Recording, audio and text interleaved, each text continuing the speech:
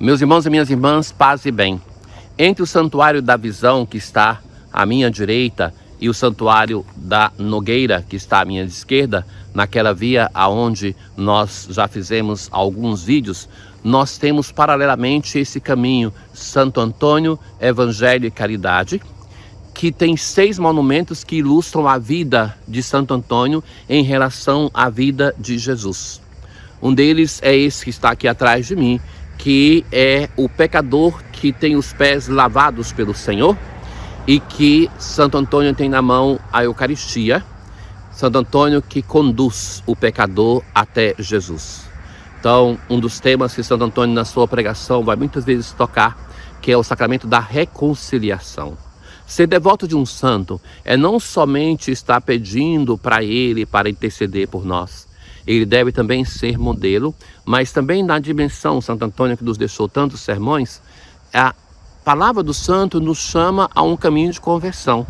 Um sacramento que nós precisamos revalorizar na nossa vida de fé é o sacramento da reconciliação.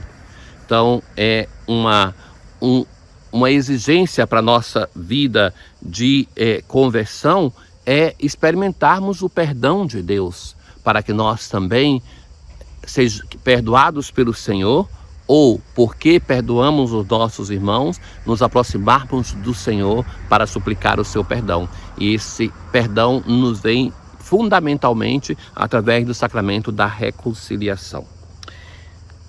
Hoje nós concluímos o percurso com Jeremias e nós temos este texto que é a primeira vez que se fala no Antigo Testamento de uma nova aliança. Na verdade, este texto é a única vez que explicitamente se tem uma promessa de uma nova aliança. Então, eis que virão dias, diz o Senhor, em que concluirei com a casa de Israel e a casa de Judá uma nova aliança, que será a memória daquilo que aconteceu quando o povo foi libertado do Egito. E como será essa nova aliança? Imprimirei minha lei em suas entranhas e hei de escrevê-la em seu coração.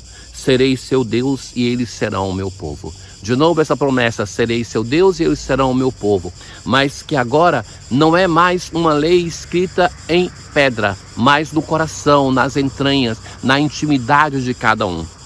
Não será mais necessário ensinar seu próximo ou seu irmão dizendo, conhece o Senhor. Todos me reconhecerão, do menor ao maior deles, diz o Senhor, pois perdoarei sua maldade e não mais lembrarei o seu pecado. A nova aliança é baseada no perdão. Deus que vai perdoar o seu povo, a sua maldade e o seu pecado. Deus que vai inscrever no coração de cada um os seus mandamentos. Agora, não mais em uma pedra. Não mais será necessário instruir e formar o outro, porque o próprio Deus vai ser o mestre que vai colocar no íntimo de cada um a sua lei, que vai conduzir cada um à sua prática. Veja que essa promessa de uma nova relação com o Senhor vai cada vez mais ser repetida no Antigo Testamento.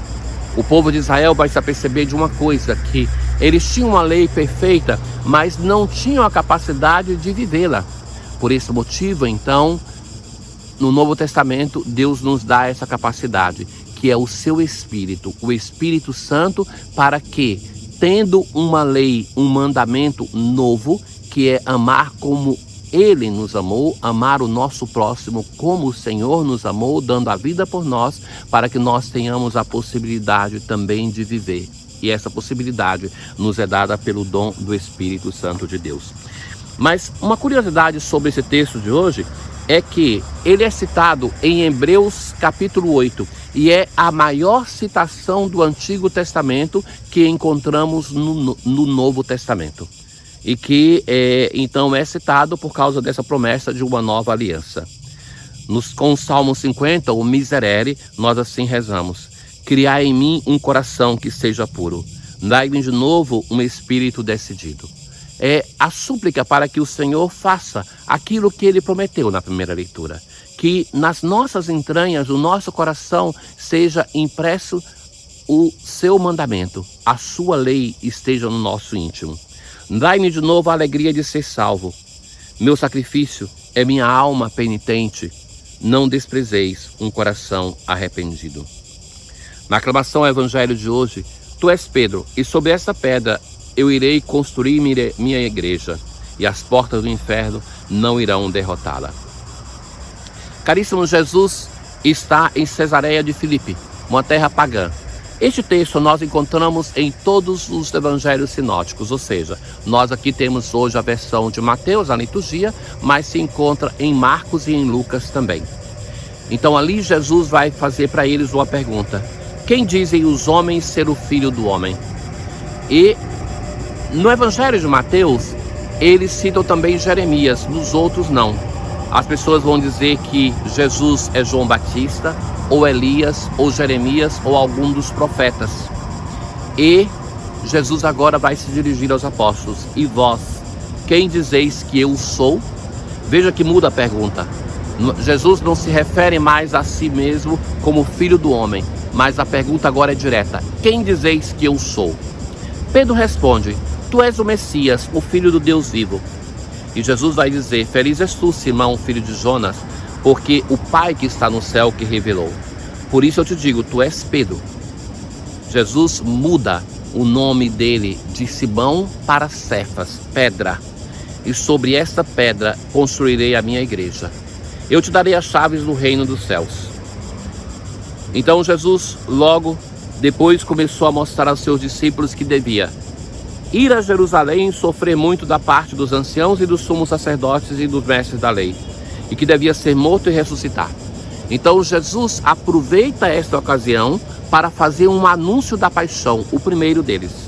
Pedro afirmou: tu és o Messias, o Filho do Deus vivo. E é justo, mas Pedro não conseguia, e os apóstolos ainda, compreender como Jesus é o Messias. Esperavam um Messias poderoso deste mundo. Para Pedro falta duas categorias fundamentais em um discípulo de Jesus: aquele de aceitar que Jesus se torna Messias, Salvador, através do seu sofrimento, do seu serviço, da sua doação, e que nós, para sermos discípulos de Jesus, devemos servir como ele serviu. Então, depois que Pedro professa a sua fé, a fé dele, a nossa fé, por isso que Pedro é o primeiro dos apóstolos, porque ele professa em nosso nome a fé. Então, Jesus faz o anúncio, e veja qual a reação de Pedro. Então Pedro tomou Jesus à parte e começou a repreendê-lo. Veja, Pedro que repreende Jesus. Deus não permita tal coisa, Senhor, que isso nunca te aconteça. E a resposta de Jesus: vai para longe, Satanás. Na verdade, literalmente Jesus vai dizer: não vai para longe, mas coloca-te atrás de mim, Satanás. E ele não chama Simão como demônio, mas Satanás é o opositor, era o advogado de acusação. Então vai dizer para ele: coloca-te atrás de mim, ou seja, o mestre é aquele que vai na frente. Você está me reprovando por aquilo que eu disse, como se eu devesse aprender contigo, e é você que tem que aprender comigo. Então vai para trás, caminha, segue o teu mestre. Tu és para mim uma pedra de tropeço, porque não pensas as coisas de Deus, mas sim as coisas do homem. Vejam que mudança. Se antes, quando ele professa a fé, Pedro vai dizer assim, que meu Pai que te inspirou isso, agora vai dizer: você não pensa as coisas de Deus, você é Satanás, não pensa as coisas de Deus, mas as coisas do homem. Então, no seu conteúdo, nas palavras que disse, Pedro é um modelo, mas ainda precisa fazer um caminho de conversão para chegar a uma justa imagem de Deus, a uma justa imagem de nosso Senhor Jesus Cristo. Hoje, na antífona, após a comunhão, nós assim rezamos: o Filho do Homem veio não para ser servido, mas para servir e dar a vida para a salvação de todos. É isso que nós vemos na história de Jesus, aquele que se coloca a serviço, aquele que vem ao nosso encontro. Hoje, nós, mais uma vez, somos confrontados com a palavra que nos chama a estarmos com o Senhor em uma nova relação, em uma nova aliança, aonde Ele, o servidor, nos chama para sermos servos. Tenham todos um bom dia. O Senhor esteja convosco, Ele está no meio de nós. Abençoe-vos o Deus Todo-Poderoso, o Pai, o Filho e o Espírito Santo. Paz.